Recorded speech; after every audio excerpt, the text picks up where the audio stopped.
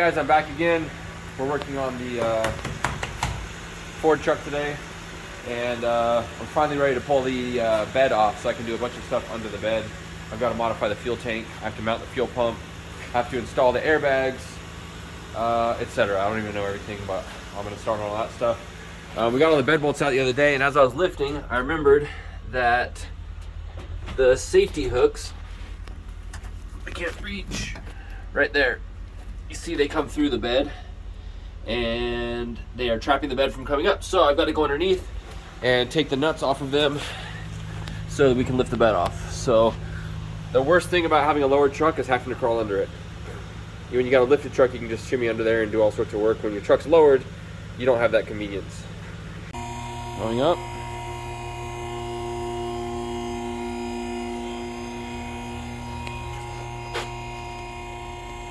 All clear? Yeah. I don't know what this wiring's all about here. That's all good.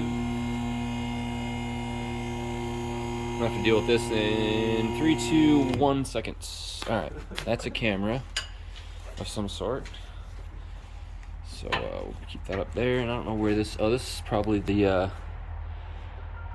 that's probably what goes to the camera up front. Oh man, I'll have to figure that out. It's usually just A connector of some sort. like an RCA connector somewhere. Yeah, probably on the back of the stereo. No, it's usually, well, it's probably right there. This connector. Oh, zip tie cutters.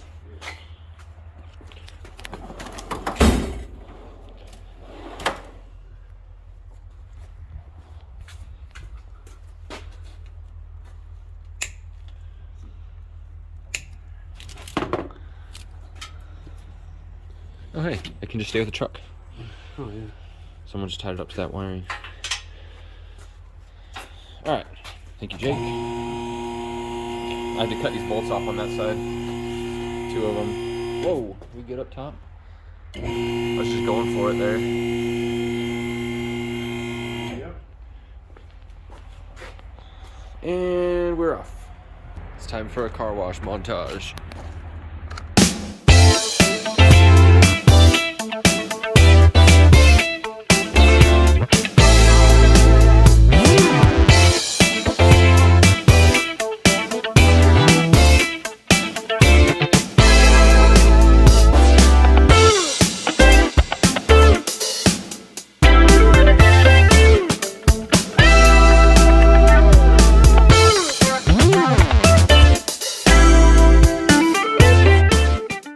Alright guys, so you saw we got the cab off the truck, got it cleaned up and washed. Working on fitting the airbag stuff in there. It's kind of being a pain because the truck's lowered. It's going to be a little bit more complicated than it would be otherwise. When I was looking around under here, I noticed that the trailer hitch is not mounted securely.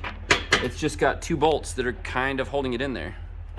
So, went to the hardware store. Bought 4 grade 8 bolts for $35, and I guess I should have bought 6, but for now I'm just gonna bolt that up. I can add the other one later, or just I'll try and remember not to tow heavy loads. How about that? Deal? All right, guys, it showed up. Here it is. It is the Fass fuel pump system. I kind of did a lot of debating on whether I really wanted to go this much into like a fuel system on the truck, and I decided since I will be running waste motor oil as fuel, that I could afford to spend a little bit on a good fuel filter and fuel pump system, since I'll be saving money on fuel itself, right? And I really want to keep everything clean. Not that, I mean, the P pump and the injectors can handle definitely more junk getting through than like a common rail setup, but not that I want junk getting in there, but like this is definitely gonna keep it a lot cleaner. So I'll also go through the instructions and stuff, but it looks pretty complete. It comes with the this is the straw that goes into the tank. So I believe you blast a hole in the tank, put that fitting in there, and then there's a straw tube that goes in for pickup. It doesn't use the factory like sending unit for a pickup. And then looks like it's got wiring, so you can just plug that right into the truck. I'm hoping, because this installation is for a Dodge and we're putting it on a Ford, so I'm hoping that we can make it work. I'm sure it will, but I'm wondering how that wiring harness from Diesel Conversion Specialist, maybe it has a fuel pump output already integrated. I'll have to look into that, but I'm gonna get a little bit deeper in here. What have we got? There's the goods right there. That's cool. Pretty excited about this. They do have a lifetime warranty also, so I'm gonna register all that stuff, and that way if I have any problems in the future. These are definitely not cheap, but you know, if they stand by their product and it works really well, I'm not opposed to spending money on stuff that that's gonna do me, you know, years and years and years of good service. All right, so I was able to get the Fass fuel pump mounted up. It's actually, they send some rubber along with it to make it so it's got a little bit of vibration dampening. Pretty cool setup. I gotta get all the lines and stuff figured out still. And then this piece is gonna be the straw that goes down into the tank. So we'll have to cut a hole. I'm thinking we're gonna do it in this area of the tank.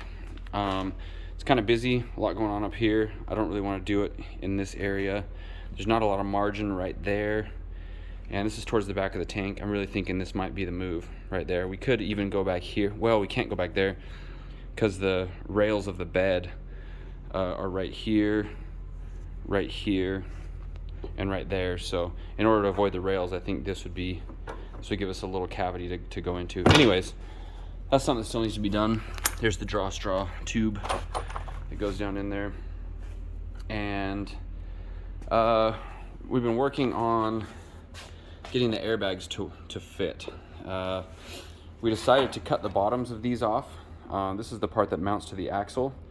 So we need to cut an axle shape back into these plates so that they can sit down here on top of the axle. That's the lower mount bracket for the bags.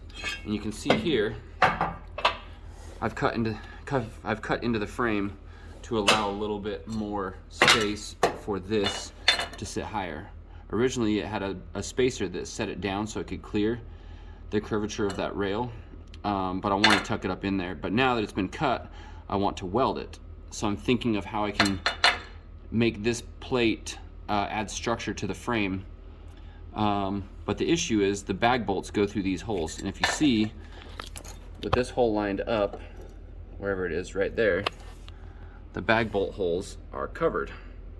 So that's not quite gonna work. So now I'm looking at maybe either sliding this out to weld it, because I wouldn't really need that bolt, or blasting some other holes and sliding the bag further inboard, because on the bottom bracket can pretty much slide inwards or outwards.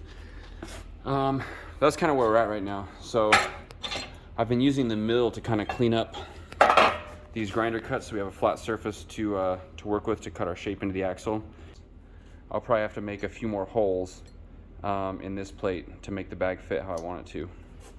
All right, so we've got somewhat of a solution going on here. We cut these down on the mill to try and clean up the measurement a little bit so that they're dead even on both left and right plates. We're working on figuring out how to weld this in. I think I've got a solution for that. We're just gonna make a little bit more space so the bag can slide inboard. We're gonna mount the bags a little bit further out. So these are the bottom mount holes. We're gonna put it out there. It still puts it over the mounting bracket center line, so it's not gonna be teetering on there, if that makes sense. I think you guys will understand it once it's all installed. But we've got kind of a plan in place. Sam's here helping me out, and we're gonna get that done. We're probably gonna have to tack weld it to the axle, but I think the bottom U-bolts will work. You see our restriction is the ability to slide further in past the lower shock mount. So the plate, right, like is meant to be put right there, but we're trying to slide the bags inboard a little bit for the top brackets to be welded. So that's our holdup, is going that way. So we're probably gonna find the very limit, the edge of the limit there, and then put the bolts through there, and then we'll still probably tack weld it to the axle. One of the issues we had was being able to access these bolts was impossible with this being attached to the axle. But if our hole's out here, this can be attached to the axle and we'll still be able to reach this from underneath the truck without having to remove this plate. So that means this plate could be welded to the axle and would add a lot of strength to it. So that's part of the reason we're doing that, and the other reason is so that we can slide the bags further out for the top brackets. And then these will have to be modified just a little bit because this plane needs to move upwards, and you can see that this bolt isn't allowing it. So if we notch the bottom of this bracket, it'll allow this to slide further up, which will allow us to tuck up in here, and then we can weld all around here, weld that plate in up there, put the bolt through it, and just add a whole bunch of strength to this semi-notched frame here. All right. Trying to take care of that one.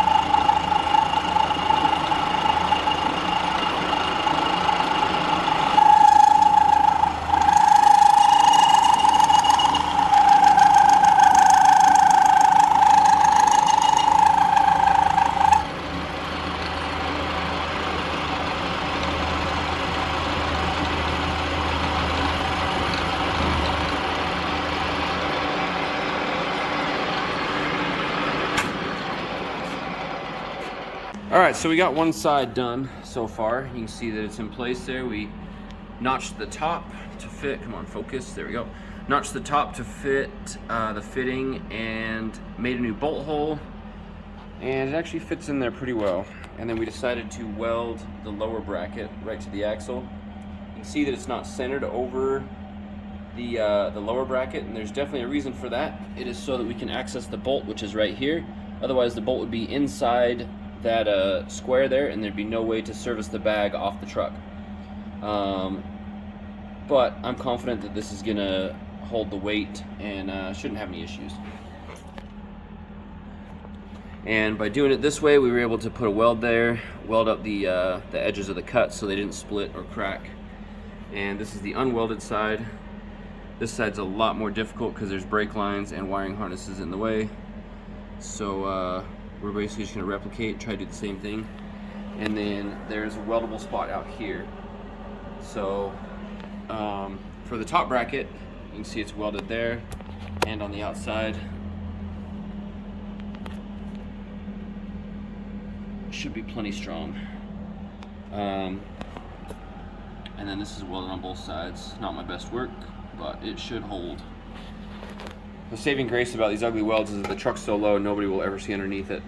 It's the SEMA effect. Isn't that what you called it?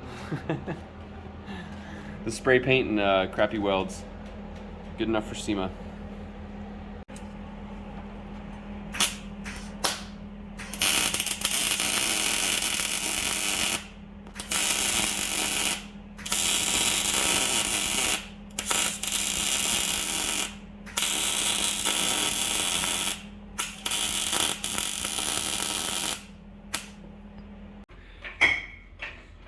So we ran out of welding gas just in time. We were able to finish the last couple welds. Bags are installed.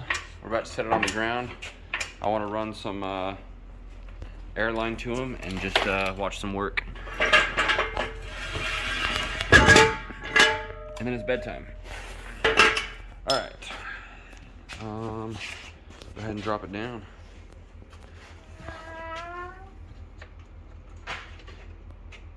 Alright, so pretty sure it is definitely riding on the bags right now. So the bags are the bump stops, the bags are the shocks, the bags are the springs, everything right now. So that might present an issue for when we're not towing, but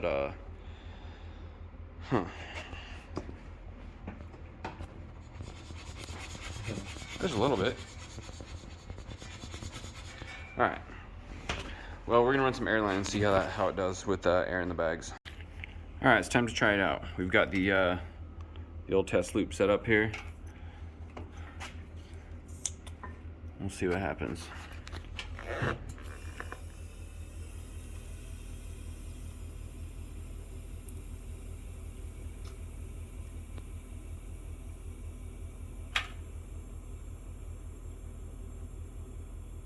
Goes pretty high.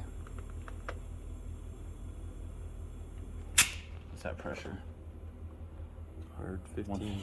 Dang. Let's take a measurement of how high it is versus when it's aired out. So we checked the height aired up and the height aired out, and there's about 3 1/4 inches of difference. So the airbags are adding 3 1/4 inches when they're inflated.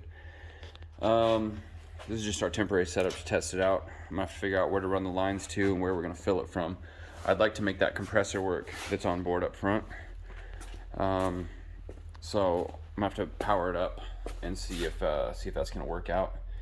This truck has air horns, so if I can get the onboard air to work, then there will be 2 purposes of having that. What's that? That side's pretty rough too.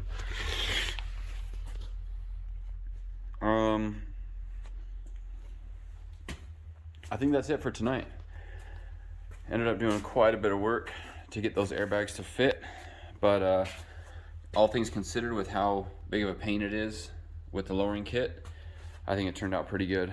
And as long as it works for what I need, I'm gonna be happy. So we'll continue on this in another episode, but that's it for this one. Thanks for watching, guys. Don't forget to like, subscribe, follow along, because this is gonna be a really, really fun build. Bye.